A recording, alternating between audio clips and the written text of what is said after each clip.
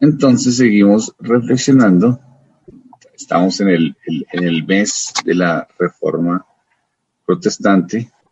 Recordar un poco las solas, que fueron el resultado de lo que se planteó en ese momento, buscando volver a las Escrituras.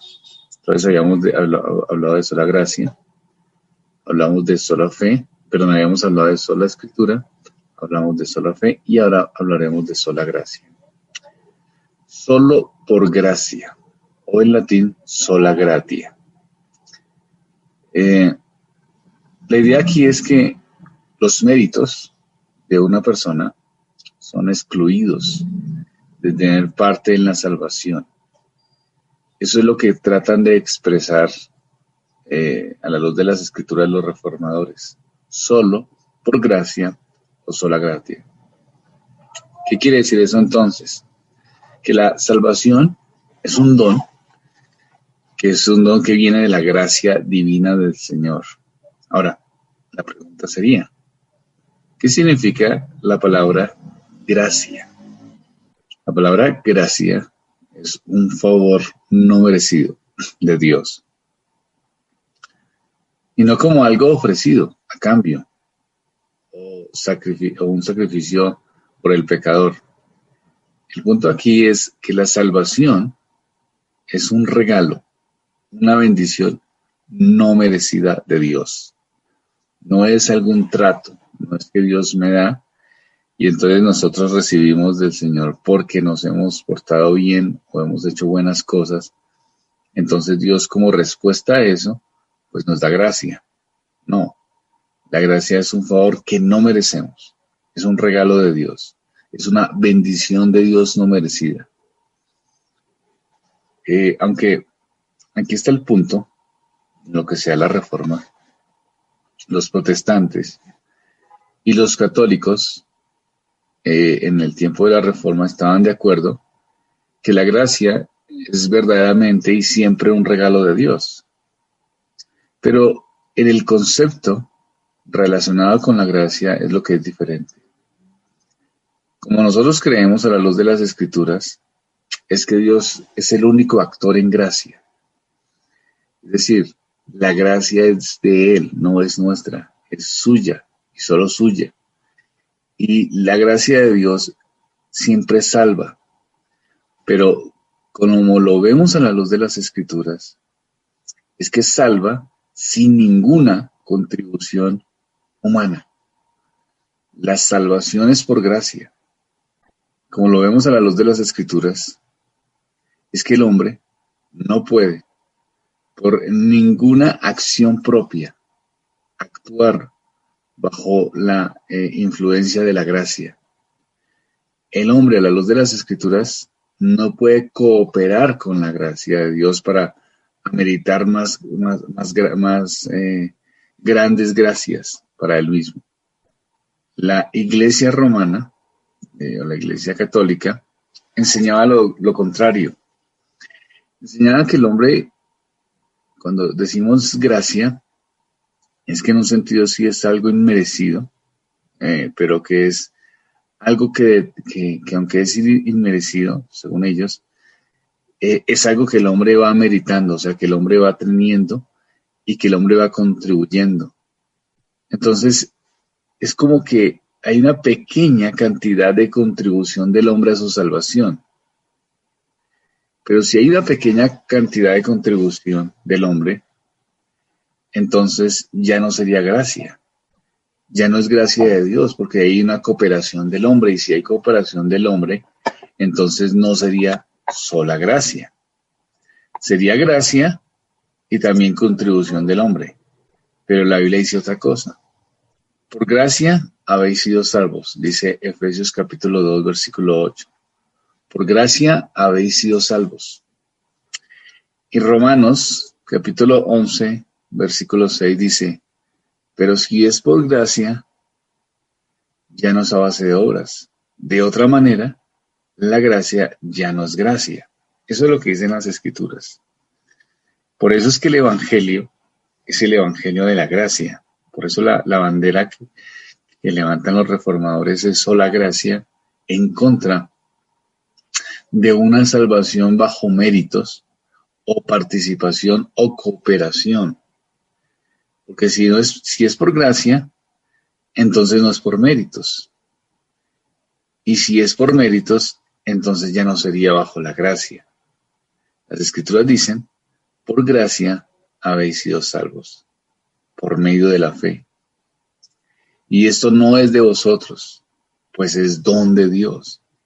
Somos salvos por gracia, por medio de la fe, pero esa fe ni siquiera es nuestra, sino que esa fe es un don divino o un don de Dios. Entonces, somos salvos por gracia, por medio de la fe, no por obras, para que nadie se gloríe, dice Romanos también, Efesios capítulo 2, versículos del 8 al 10, no por obras para que nadie se gloríe. Entonces, no hay mérito en mí para mi salvación, no hay poder en mí para mi salvación. La Iglesia Católica creía que de alguna manera tenían los méritos, podíamos lograr méritos para salvarnos. Podíamos lograr con nuestras propias capacidades alcanzar la salvación. Eso es lo que tenemos que tener en cuenta de lo que la Reforma trata de que regresemos a las Escrituras, de que podamos poner atención en lo que la palabra de Dios dice y no en las propias ideas y en los propios pensamientos de los hombres que se estaban dando en ese tiempo. Recordemos que la Iglesia Católica es afectada por el pensamiento griego y para los que están estudiando ahora a los que les gusta estudiar filosofía, el concepto de virtud en relación a la filosofía y el perfeccionismo virtuoso. Entonces la Iglesia Católica retoma muchos parámetros aristotélicos en el medioevo y empieza a pensar las Escrituras a la luz de los griegos. Y entonces el concepto de virtud es muy fuerte y empiezan a enfocarse en todo este concepto del monasticismo, en cómo poder ser puros y cómo poder ser santos. Entonces hace una mezcla entre la virtuosidad griega, el concepto de virtuosidad griega, con la obediencia cristiana. Y al unirse esas dos cosas, entonces sale una concepción de una salvación por obras, una salvación por mérito propio. Y esa salvación por mérito propio es lo que genera que la iglesia se desenfoque, porque ahí es donde viene la hipocresía. Porque las personas trataban de verse bien, pero su corazón estaba mal. Y ahí es donde está el punto de Lutero, que Lutero era sincero, estaba atormentado en su corazón. Decía que no sabía qué hacer porque tenía algo en su corazón.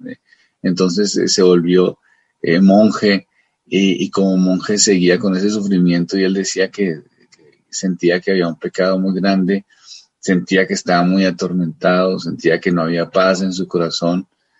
Entonces, ¿qué hacía para esa situación? Porque no sentía tranquilidad. Hace peregrinaciones, se golpea, se lastima para tratar de someter su carne, pero su mente seguía desbordada y su corazón seguía atormentado. ¿Cuándo es que Lutero se da cuenta? Cuando trata de ayudarlo a su priori y le dice, es decir, su jefe, por decirlo de alguna manera, y le dice que dé clases de la Biblia y que mire Romanos, que mire los Salmos, y se encuentra con esto. Pero si es por gracia ya no es a base de obras, de otra manera la gracia ya no sería gracia. Se encuentra con estos textos bíblicos, se encuentra con el Evangelio, se encuentra con la palabra de Dios. Al encontrarse con la palabra de Dios, entonces su alma descansa en la gracia de Dios. Recordemos que estábamos en un tiempo de indulgencias. De alguna manera hoy todavía tenemos indulgencias, pero no de la misma manera que en ese tiempo. Aún muchas iglesias a veces también pareciera que manejan indulgencias, porque le dicen a las personas que para poder obtener el beneficio de Dios tienen que sembrar tanto dinero. Den tanto dinero y van a obtener el beneficio de Dios. Den tanta plata para tal cosa y van a obtener el beneficio de Dios. De hecho, hay gente que dice que si se da tanto dinero pueden salir sus hijos de una mala situación de vida o de una situación económica, lo que se llaman pactos, y eso es otra forma de indulgencias que se estaban dando en la época de la Reforma. Entonces, como dijo Lutero, la gracia no se compra. Entonces no se puede comprar la gracia del Señor, no es por mérito mío, no es porque yo sea una persona que da dinero o no dé dinero, o me crea muy santo o no me crea muy santo.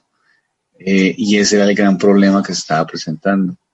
La salvación es por gracia de Dios y es solo gracia lo que se necesita.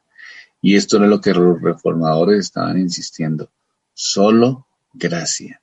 No hay capacidad en el hombre para autosalvarse. Es un don de Dios inmerecido. Ninguno, ni el más virtuoso, ni el más que se considera a sí mismo puro.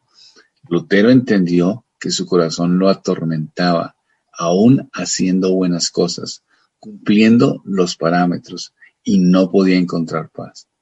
¿Cómo encontró paz?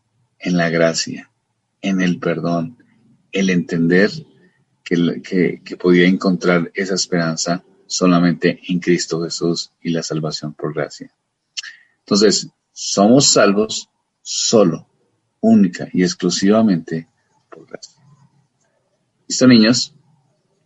Eso es lo que vamos pensando y reflexionando de la Reforma Protestante, el gran aporte que hizo al cristianismo, no porque sacara algo nuevo, eso fue lo que predicó Pablo, eso fue lo que predicó San Agustín, eso fue lo que predicaban los apóstoles, sino que la Reforma regresó a las Escrituras. Eso es la palabra Reforma Protestante, es un regreso a las Escrituras. Oremos al Señor. Padre, gracias, has sido misericordioso con nosotros. Te pido que nos ayudes a comprender más y más tu Evangelio. Y estas solas que nos llevan a comprender la salvación, nos llevan a comprender la gracia para ser agradecidos y vivir en esa gracia. Te lo pido en Cristo Jesús. Amén.